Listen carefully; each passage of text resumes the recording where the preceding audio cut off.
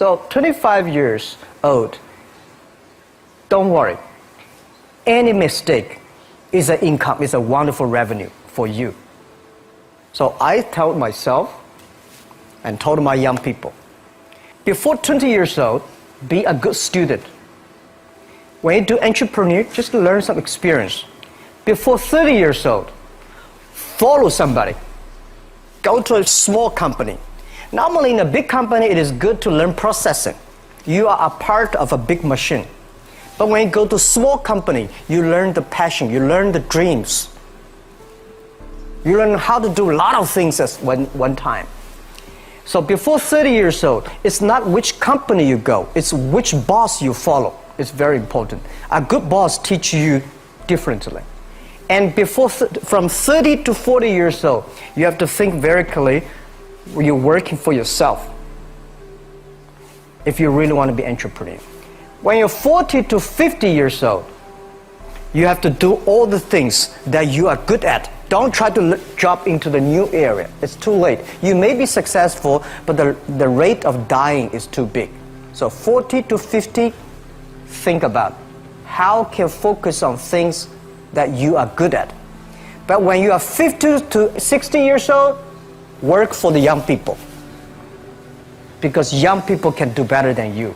So rely on them, invest on them, making sure they're good. So when you are over 60 years old, spend time for yourself. On the beach, sunshine, right? It's too late for you to change normally. But this is my advice to the young people. 25 years old, make enough mistakes. Don't worry. You fall, you stand up. You fall, you stand up. Enjoy it. 25 years old, enjoy the show, enjoy the show. I did not have a rich father. Tried 3 times for university, all failed. I applied for Harvard for 10 times, all failed. They don't even want to see me. For the last time, I went to the teachers' college, which was considered the 3rd or 4th class of my city. So I applied jobs for 30 times, got rejected. It was so difficult at that time. I was so frustrated because I taught in the university. My pay was $10 a month. Because I could not find a good job in 1994, discussed that I'm going to do something called internet. And 23 of them against it. They said, this is a stupid idea. We have never heard about internet. And you know nothing about computer. And I never thought I was smart. Nobody believed that I could be successful. Because everybody say, well, this guy think differently, think crazily. They think about something never work. I tried to borrow $3,000 from the banks. Took me 3 months, but I still cannot get it. We talked to over 30 or 40 venture capitalists. Everybody said, no, forget it. A lot of people said Alibaba is a terrible model. As I said, I believe it. I think this thing could be big. I never thought it would be that big like today. But I believe that something is waiting for me there. And I have to work hard to prove myself. That was the tough experience. So we gathered $50,000 from 18 founders. We started. For the first 3 years, we did not have even $1 revenue from our business. It was not easy. Why it keeps us going ahead, going forward? Because I received lots of email of thanks from the customer. They say, this is such a great thing. We cannot pay you, but this thing helped us. If you keep on helping us, one day you will be successful. And I believe this. Little by little, we build up our business. Little by little, we build up our ecosystem of the infrastructure. And now, after 16 years, we have an Alibaba group, we have a Tmall group, we have a Taobao group, we have Alipay. And people said, you are so smart. How could you make a company like that? Bill Gates, Warren Buffett, Jack Welch, Larry Page, Mark Zuckerberg. The difference between those people and other people, they are always optimistic for the future. They never complain. They always try to solve the problems of the others. When you're optimistic, it's always opportunity. People, same here today. Jeff, where is the opportunity? I don't have a job. I don't have this. I don't have that. We are at the best time of this century. The best assets you have is that you are young. Don't complain. Let the other people complain.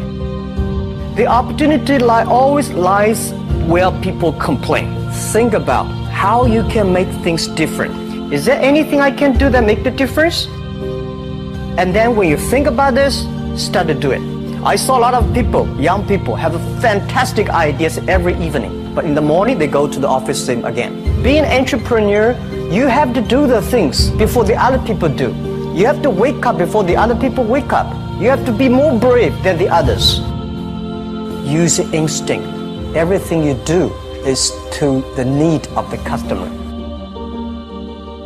To everybody, to any person, tomorrow is new. Make the move, make the action. Whether investors believe it this or not, whether your friends believe it or not, whether your parents believe it or not, that's not important. You believe it, your team believe it, and work day and night on this. That's how the things happens. Make enough mistakes. You fall, you stand up. Any mistake is an income, is a wonderful revenue.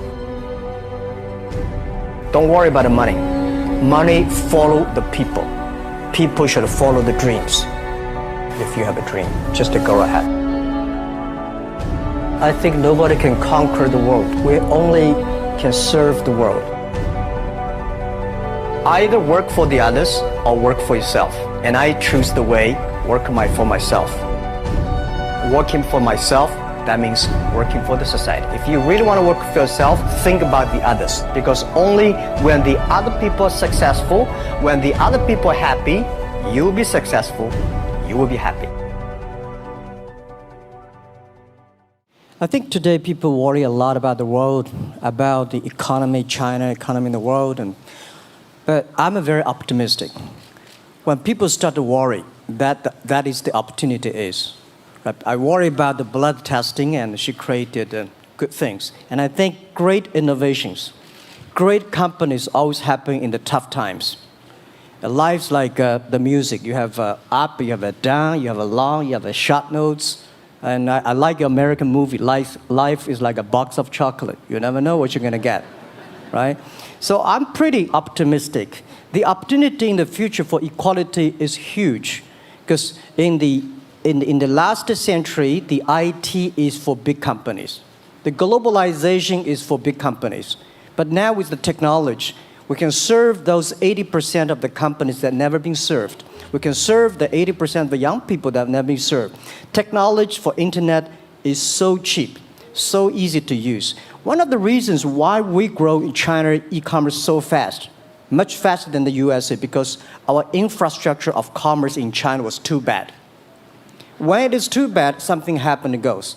Today we are working on the rural areas of China. I can never imagine that China, about 800 million people still live in the rural areas, are farmers.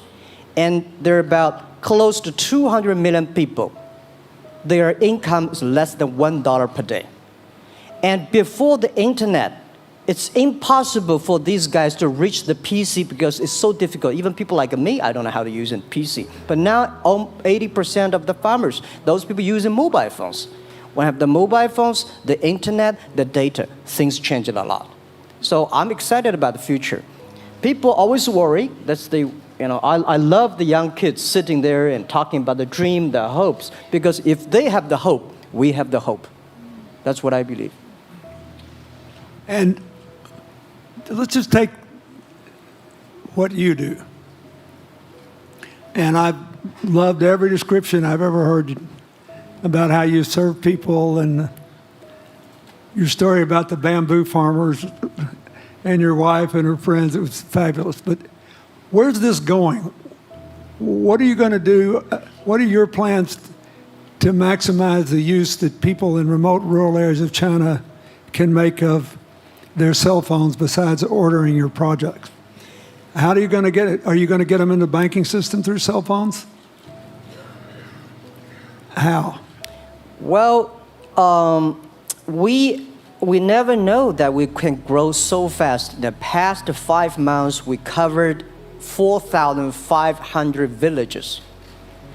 And these people, normally they use in very traditional way. It took them like we went to a rural area. It took the farmers 2 hours to walk to the downtown in the middle of the town and buy things. But today, because the mobile phone, and we can deliver things to their home, to their village within 72 hours. I remember last week I read a very interesting news. This is amazing. There is a girl, she told me a story. She said her grandfather, 92 years old birthday. And for his life, he always wanted to try one Western style food. But he lived in the rural areas. There's no such restaurant food. So she said, I tried on the internet, book a restaurant dinner for Western food, delivered to that village. And they finally immediately find one restaurant. There are 3 guys. They took like a 3 days bus from Shanghai to that village, made an Italian spaghetti and beef for them for this 92 years old birthday. And whole village was excited. Everybody said, wow, you can order food, Western style food. So buying almost everything. And also we're helping, there are a lot of farmers, they plant a lot of apples, great apples. But 90% of the apples rotted because there's nobody buy them. They normally buy by track. If you sell the apples, they sell whole track.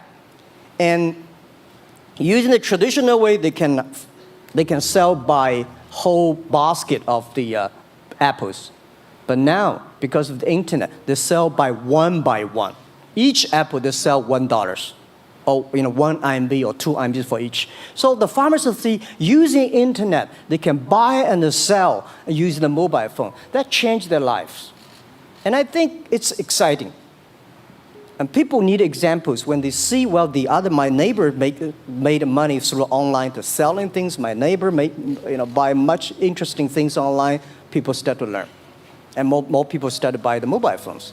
We cannot make all the mobile factories to sell phones to them. Only they know the mobile phone really works, helping change their lives, they start to buy the mobile phones.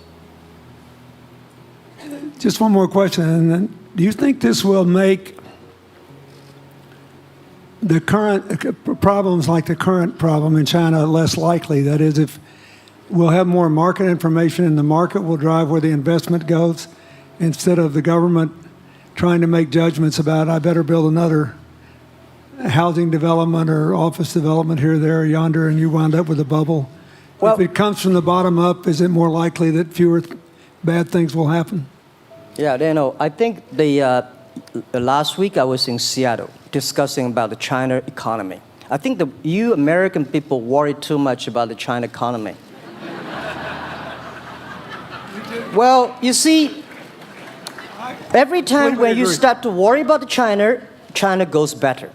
Every time you think China is in problem, we'll get better. But when you have to say, you have a high expectation of China always a problem. Like parents have the expectation of the kids, are the same. But there's a big difference between American consumption because people say, the economy is bad, so China consumption will be good low. No, totally different. You Americans love to spend tomorrow's money. And the other people's money, maybe. Or maybe the children's money. We Chinese love to save money. We are probably the largest country, the safe deposit in the whole world because we've been poor for so many years. When we make money, we put in the banks because someday we know the disaster is coming, so we can spend the money. So when the economy is bad, we still have the money to spend. You guys probably don't. You worry. And the second thing is that China been focusing on developing for the past 30 years. China government so strong on investment, so strong on exporting, but they are too weak on the domestic consumptions. Domestic consumption is not driven by government, it's driven by entrepreneurship, driven by the market, not the government. So in the past 20 years, government is so strong. Now they're getting weak. It's our opportunity. It's our showtime. to see the market economy, entrepreneurship, how we can develop the real consumption. I think if the China developed the great consumption, we have a 300 million middle class. In next 15 to 20 years, we're going to have 500 million middle class. We need to import a lot. So when we start to import, that's a great. It's going. I worry a lot when we export. When we export, we got a terrible sky, we have a terrible water, we have a terrible environment. When we start to import, we got to be better. So that's all the great opportunity, guys. Be happy about that. I'm serious. I agree with that. I'm serious. Yeah. Worry about yourself. Don't worry about the others. The reason some of us worry about China is we depend on you to buy our debt. However, I tried to be more Chinese when I was president. I saved a lot of money. So good. Good. But I just wanted you to say that because I really believe that. I mean, I think you're absolutely right. The trend toward greater internal consumption is, I think, will remain unbroken in spite of whatever the difficulties are in the next few months. I think it's important not to overreact. You can't break the trend. You've got to clean up the land from chemical contaminants. You've got to clean up the air. You're going to do it. Yep. And a lot of Chinese will make a lot of money out of that. There'll be a lot of great new companies, and there'll be opportunities to import from other places. Yeah. So can you discuss your theory of what you're doing and other things in terms of whether it advances equal opportunity and social solidarity? Tell them what you think is going to happen.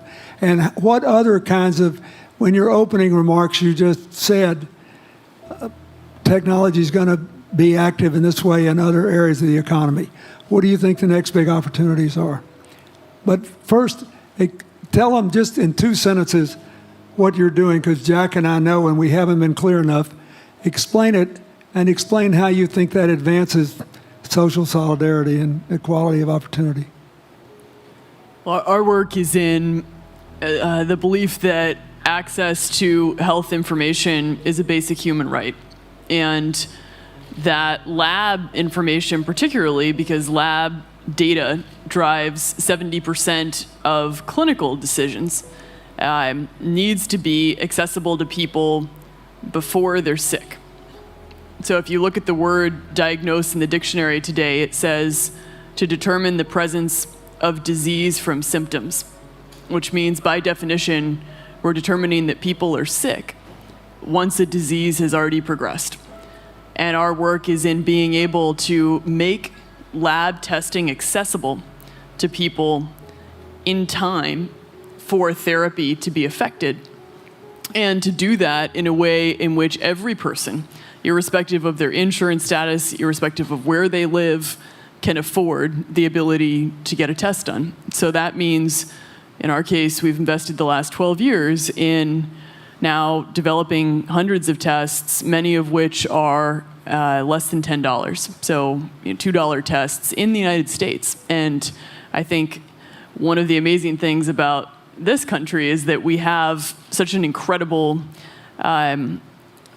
ecosystem for fueling creativity, and that creativity can create new markets. So in answer to your question about the market being able to conform itself to social good, I think the creativity that goes into creating these new technologies creates new markets in and of themselves. And our basic belief is that those new markets come from empowering individuals and enfranchising individuals and trusting that individuals have the capability to engage with information, and in accessing that information, beginning to take control of their own outcomes and their own health outcomes, and in doing so, changing the way our healthcare system works.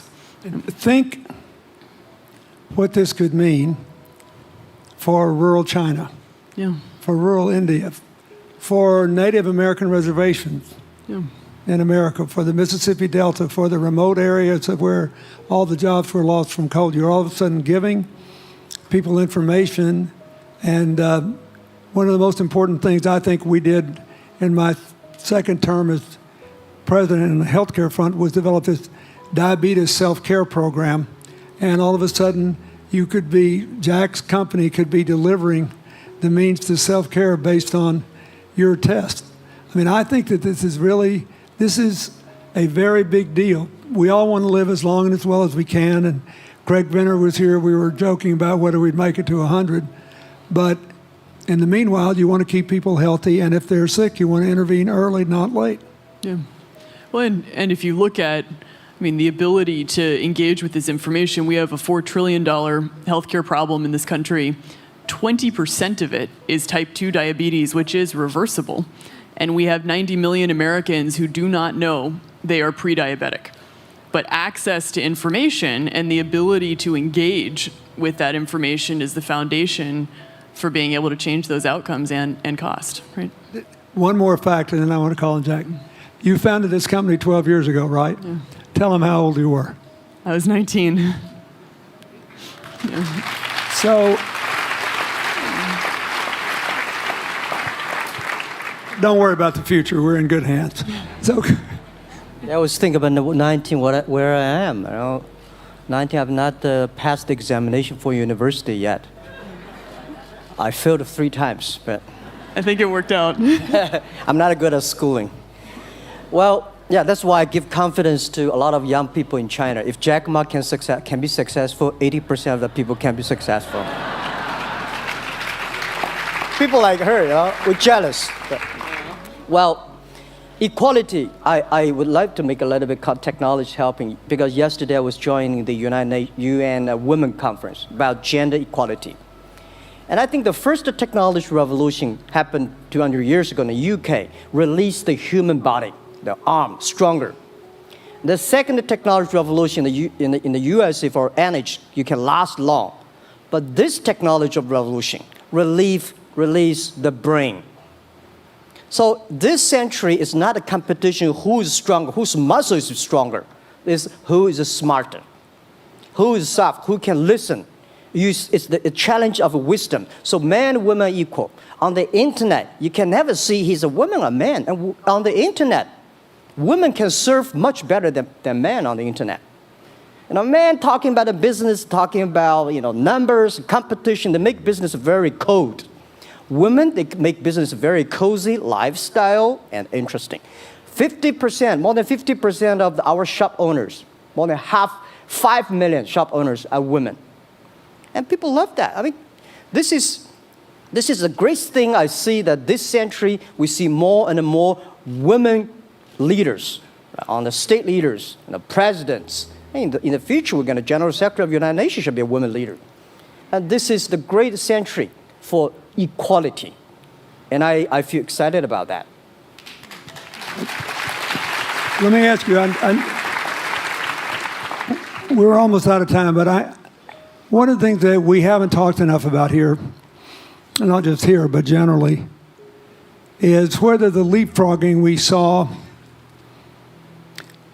with cell phones, which was instrumental in your phenomenal business success and which will make it possible for you at the appropriate time to do what you've done on a global scale, hitherto unimaginable in all of human history for anybody to have any of their own health data. We've seen examples, but not the kind of dramatic penetration we need with energy and clean energy and enough in a short enough time to avoid the worst consequences of climate change. So do you believe that, your country has done more than anybody else to try to put up solar panels, and some of your companies went broke because you overdid it, right? But beforehand, and you got to work out the phase out of the coal, the phase into the sun and all that.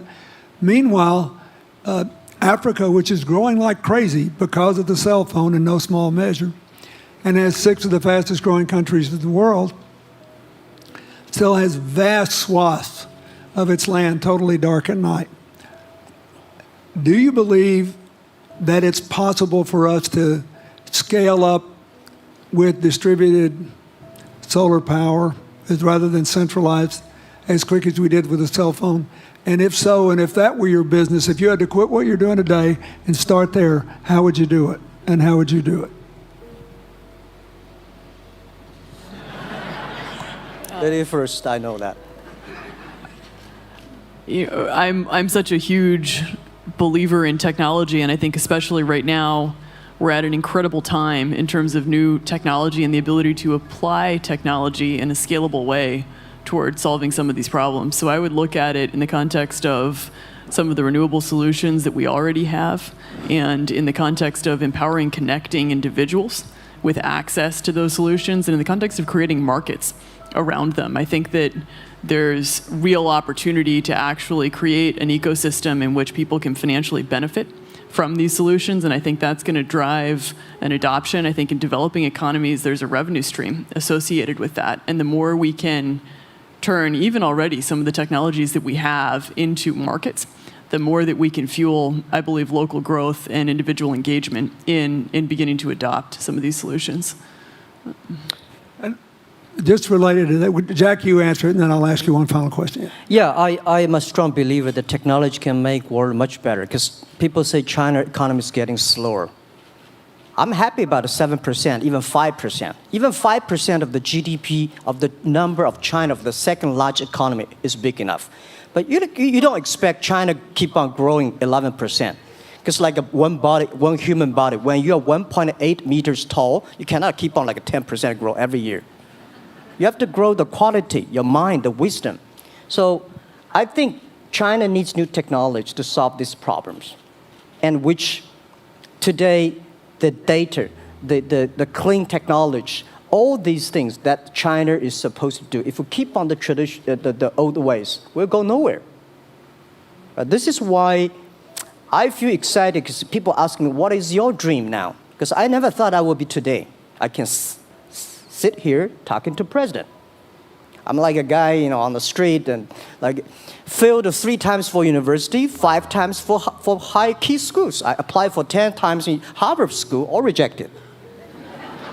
I never thought, because of the technology, because the internet give me this opportunity. So I'm think when I retire, I don't want the Chinese people have a terrible water to drink, unsafe for food, and the money we make all spent in the hospital.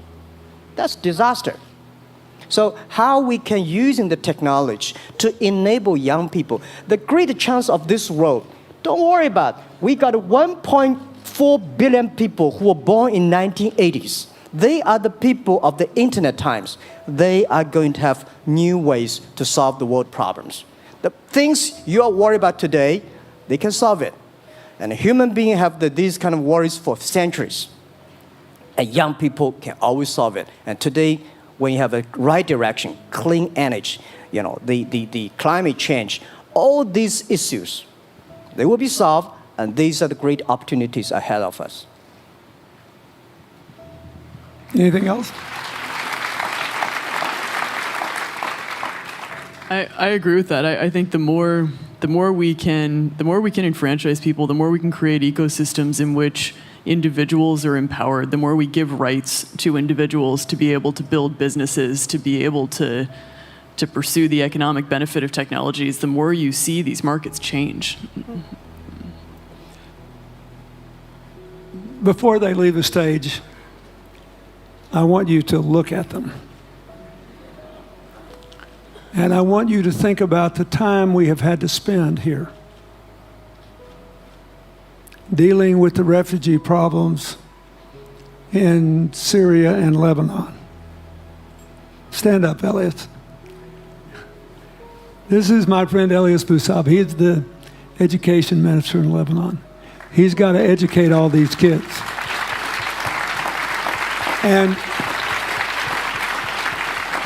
so he left a miracle that very much reflects the lives that Elizabeth and Jack have lived. He was in a very responsible position at the American University of Dubai. They started bringing American scholars over there to live in an Arabic culture. He did all these wonderful things. Lebanon got in trouble. He went home to save his country. What is the difference? How much more could he and every smart Lebanese person do if they could focus on these things? And why can he not? Because the place is dominated by people who think their differences are more important than their common humanity and their common challenges. You cannot imagine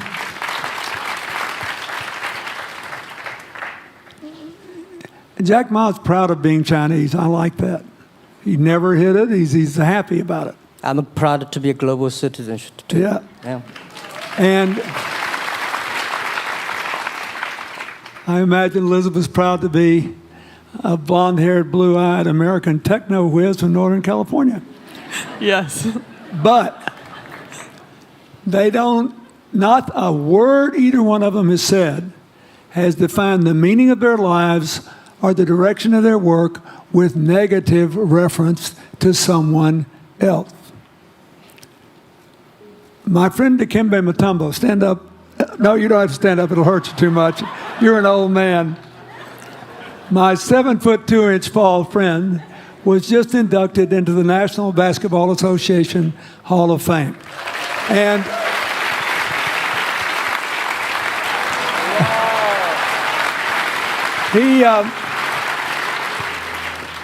my whole family loves him. And I have seen how much he has given back to his native country, Congo, which has been so troubled. I've known him a long time. We both went to Georgetown University. I did before he was born, I think. I've never heard him say a resentful thing about anybody. I have seen him give and give and give and try to give the people in his native land opportunities. Why am I telling you this? He's had a good life because he never defined his life with negative reference to anybody else. He never begrudged anybody else's success, and he thought he had an obligation to help other people. I'm telling you, we are back in a time of collective global insecurity where the main struggle is the oldest one in human history, just in modern techno realities. I mean, if you were trying to build the Middle East, you would think about our permanent sponsor here, the ambassador from Oman, who her government tried to help head off a calamitous war in the Middle East over the nuclear issue in Iran. We all pray to God that it'll work out all right. And the lead she made. You look around all these places, wherever people are putting aside their differences and working together, good things are happening. We cannot achieve economic or social equality without living in the factual realities of the world we face, looking at the obstacles, looking at the opportunities, making the best decisions. And those of us who even feel good about ourselves because we think we spend a lot of time giving, our whole goal should be to work ourselves out of a job. One of the things that Bill and Tanny Austin are sitting there with Starkey, they started giving away hearing aids, and then they decided, well, we better teach these young people how to speak. If they get the gift of hearing, they'll have to learn that. So they got into the education business. Sonny Varkey got into the education business and decided somebody ought to do something really dramatic to remind people that the only people that really matter are the teachers. So he gave the first Global Teacher of the Year award last year, and an international panel gave the prize to a teacher from Maine who promptly gave the entire $1 million to her school. The woman never made any money in her life. She gave all the money away immediately. The future is going to be forged by people who think of how to use the modern tools that we are given,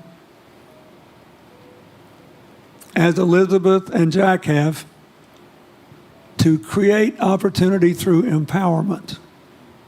And it will not be a straight line. It's too many moving parts. But I just want you to think about that. The reason you feel good looking at them is that you identify with them even though they're different from you. And that's basically where we are all over again, and we can't slip back. We can't give up. That's why when we had the Prime Minister of Italy and George Soros talking about the future of Europe, and George said it was coming apart, and the Prime Minister said, no, it doesn't have to come apart if it's about something more than economics. I thought it doesn't have to come apart if you will it not to. And you put yourself on the line for it. There are no guaranteed outcomes today, but you can guarantee that the trend is right. So go ahead, you were going to say something, weren't you? Yeah, I just wanted to add, I mean, as we're talking about the future and from my own experience and looking at all the faces here, I think a huge part of the answer to your question is also to raise our little girls with the stereotype that they can be the best in engineering and science and math, because when they do in all of these industries, it changes everything. And we need to do that in this country, and we need to do that as parents in other countries. You know? Yeah, I was thinking about if what you say. I think about when you talk about problems, you normally is like a politician. When you talk about opportunities, that the business people. I was thinking about how we can using this all the problems that change the problem become the opportunity. And I don't know. I just feel excited when people talk about problems. I think think about if you can solve one of them, that's the chance. And today, nobody live in this century has so many opportunities and so many tools they can use to change other people's life.